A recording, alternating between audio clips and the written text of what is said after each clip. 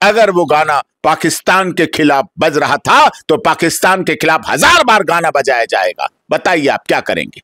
पाकिस्तान ने हमारे शहीदों की लाइन लगा रखी है। हर गांव, गली गली, चौहर चौराहे में, हर खेत खलियान में हमारे देश के सैनिक बॉर्डर पर शहीद होकर आते हैं और हम उनकी पाकिस्तान की तारीफ करेंगे, पाकिस्तान के तारीफ के हम गाने बजाएंगे और लोग सुनना पसंद करेंगे। ये लोग सबसे बड़े देशद्रोही हैं जो भारत में रहकर पाकिस्तान की तारीफ करना पसंद करते हैं, जो भारत में रहकर पाकिस्तान के गीत गाना पसंद करते हैं। ऐसे लोगों पर सख्त हिंदुस्तान है। हिंदुस्तान में भारत में रहकर भारत माता की जय भी कहना पड़ेगा, हिंदुस्तान जिंदाबाद भी कहना पड़ेगा और पाकिस्तान के लिए बोलना भी पड़ेगा कि पाकिस्तान होश में आ जाओ, नहीं तो परिणाम बुरे होंगे। पुलिस की गलती है तो मुझे एक बात पर पूरा भरोसा है, हमारे उत्तर प्रदेश पुलिस के डीजीपी साहब हों, चाहे उत्तर प्रदेश के माननीय यशस्वी मुख्यमंत्री योगी आदित्यनाथ जी महाराज जी हों, वो किसी को बख्शेंगे नहीं, बचेगा कोई नहीं। नमस्कार, मेरा नाम है अतीश बाबा और आप देखना शुरू कर चुके हैं पब्लिक थिम्स। रविवार को मूर्ति विसर्जन के दौरान बैराज में जो घटना हुआ है वो पूरे देश को झकझोर के रख दिया है। जिस तरीके से रामगोपाल मिश्रा को सीने में 15 गोली मारा गया है और गोली मारने से पहले उसके हाथ के नाखून और पैर के नाखून को निकालकर जो दर्दनाक मौत दिया गया है, इससे पूरा देश सदमे में है।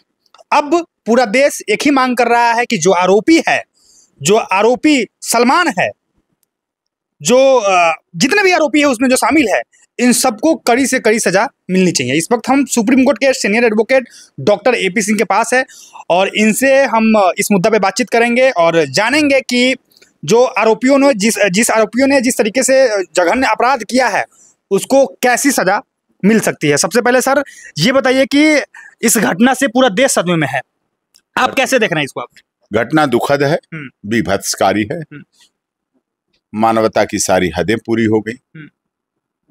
धर्म, आस्था, श्रद्धा, विश्वास का विषय है, लेकिन धर्म के उसमें किसी की मौत हो गई और मौत हुई, जघन्य मौत हुई। ऐसे व्यक्ति रामगोपाल मिश्रा की मौत हुई जिसकी 80-85 दिन पहले शादी हुई थी।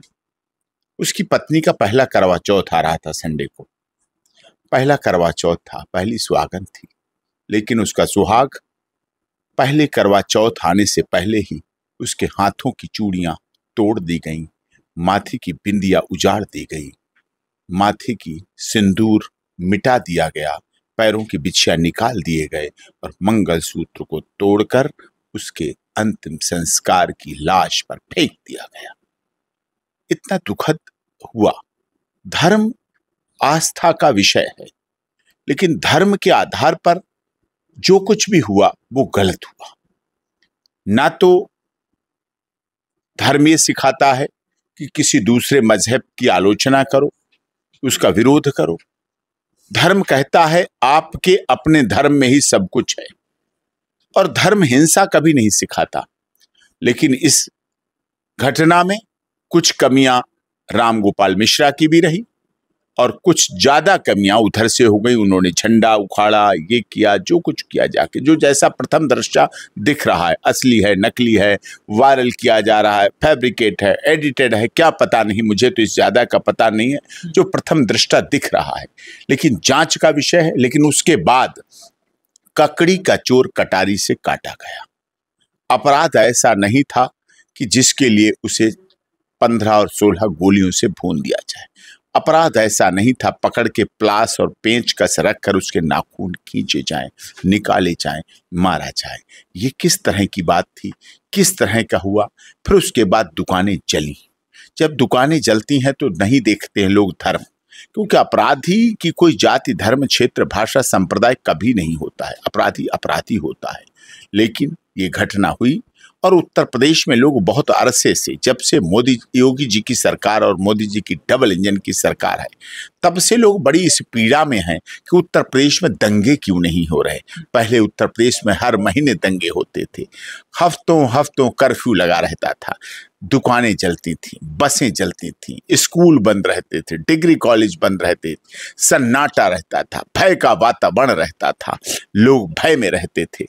जब दुकान जलती है तो कभी किसी कोई पूछता है कि धर्म क्या किस धर्म की जली?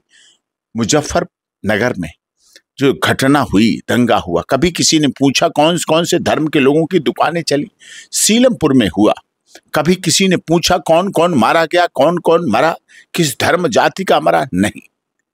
ऐसे असामाजिक तत्व इस तरह की घटना को अंजाम देते हैं और ऐसे कार्यों को करके हमारे सौहार्द का वातावरण है, जो हमारा अपना खुशी खुशी का वातावरण है, ये सारा कुछ पूरा खराब होता है और उस खराब की वजह से ऐसी घटनाओं को अंजाम मिलता है।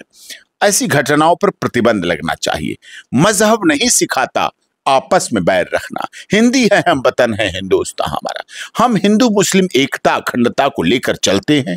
समाज हमें उसी तरह से देखता है। हमारा देश धर्मनिरपेक्ष है। हमारा भारत का संविधान डॉक्टर भीमराव अंबेडकर बाबा साहब ने दिया, जिसमें हिंदू मुस्लिम सिख ईसाई जैन पारसी सब मिलके रहते हैं, सब प्यार से रहते हैं, सब खुशहाल रहते हैं, सब खुशी से रहते हैं। ना आप अपने धर्म की आलोचना करवाइए, ना आप दूसरे के धर्म की आलोचना या इस तरह करिए। आप अपने धर्म में बहुत बड़ा विस्तार है। धर्म कोई नहीं कहता हिंसा के लिए, कोई धर्म मुझे नहीं मिला। मेरे पास आप देखिए, रामायण भी है, पवित्र कुरान शरीफ भी है, गीता भी है, उपनिषद भी है, भागवत भी है, बाइबल भी है, गुरु ग्रंथ साहब भी है, सब कुछ है। लेकिन कभी नहीं इसके किसी पन्ने पर लिखा है हिंसा।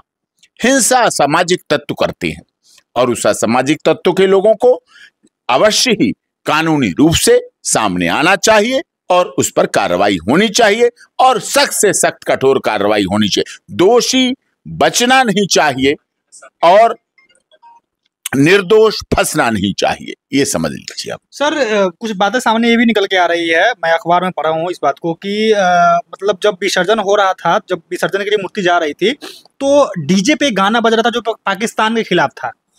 कुछ गाने ऐसे बज रहे थे डीजे पे जो पाकिस्तान के खिलाफ था और उस गाने को बंद करने को कहा गया, लेकिन इन लोगों ने नहीं किया। तो क्या भारत में लोग पाकिस्तान की तारीफ सुनना चाहते हैं? अगर वो गाना पाकिस्तान के खिलाफ बज रहा था तो पाकिस्तान के खिलाफ 1000 बार गाना बजाया जाएगा। बताइए आप क्या करेंगे?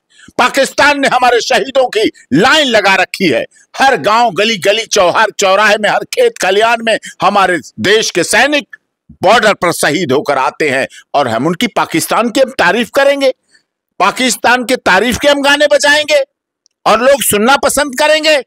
ये लोग सबसे बड़े देशद्रोही हैं, जो भारत में रहकर पाकिस्तान की तारीफ करना पसंद करते हैं, जो भारत में रहकर पाकिस्तान के गीत गाना पसंद करते हैं। ऐसे लोगों पर सख्त, हिंदुस्तान है, हिंदुस्तान में भारत में रहकर भारत माता की जय भी कहना पड़ेगा, हिंदुस्तान जिंदाबाद भी कहना पड़ेगा और पाकिस्तान के लिए बोलना भी पड़ेगा कि पाकिस्तान होश में आ जाओ, नहीं तो परिणाम बुरे होंगे।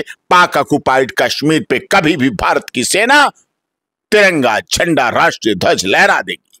सर, राम गोपाल मिश्रा के परिवार वाले जो है, जो उनके परिजन है, वो आरोप ये भी लगा रहे हैं कि इस पूरे ये जो घटना हुआ है, इस पूरे घटना में कहीं ना कहीं पुलिस की भी गलती है। पुलिस अगर लाठीचार्ज नहीं करती, जो मूर्ति विसर्जन में जो लोग जा रहे थे, जो हिंदू लोग जो जा रहे थे, उन पर लाठीचार्ज नहीं करती, तो शायद राम गोपाल मिश्रा के साथ वो घटना नहीं होता। क्योंकि जब पुलिस ने लाठीचार्ज किया तो सारे लोग है ना भागने लगे, उल्टे दिशा में भागने लगे और राम गोपाल मिश्रा जो है वो अकेला उधर बच गए। और फिर क्या हुआ कि उन लोगों ने उनको पकड़कर अंदर ले जाके हाथ से नाखून खींच लिया, पैर से नाखून खींच लिया और फिर गोली चला दिया। अगर सारे लोग अगर होते हैं तो शायद रामगोपाल मिश्रा के साथ इस तरह का घटना नहीं होता। देखिए, मैटर सब जुडिस है, जांच हो रही है, जांच चल रही है। निश्चित तौर पर दूध का दूध, पानी का पानी होना चाहिए, सब कुछ सामने आना चाहिए। अगर पुलिस की गलती है तो मुझे एक बात पर पूरा भरोसा है, हमारे उत्तर प्रदेश पुलिस के डीजीपी साहब हों, चाहे उत्तर प्रदेश के माननीय यशस्वी मुख्यमंत्री योगी आदित्यनाथ जी महाराज जी हों, वो किसी को बख्शेंगे नहीं, बचेगा कोई नहीं। अगर पुलिस की गलती है तो उन्हें भी परिणाम भुगतने पड़ेंगे। अगर किसी धर्म की बात गलत है तो उसको भी परिणाम भुगतने पड़ेंगे। अगर किसी ने गलत किया है, आतताई ने गलत किया उसके साथ, तो वो भी बख्शा नहीं जाएगा, बचेगा नहीं।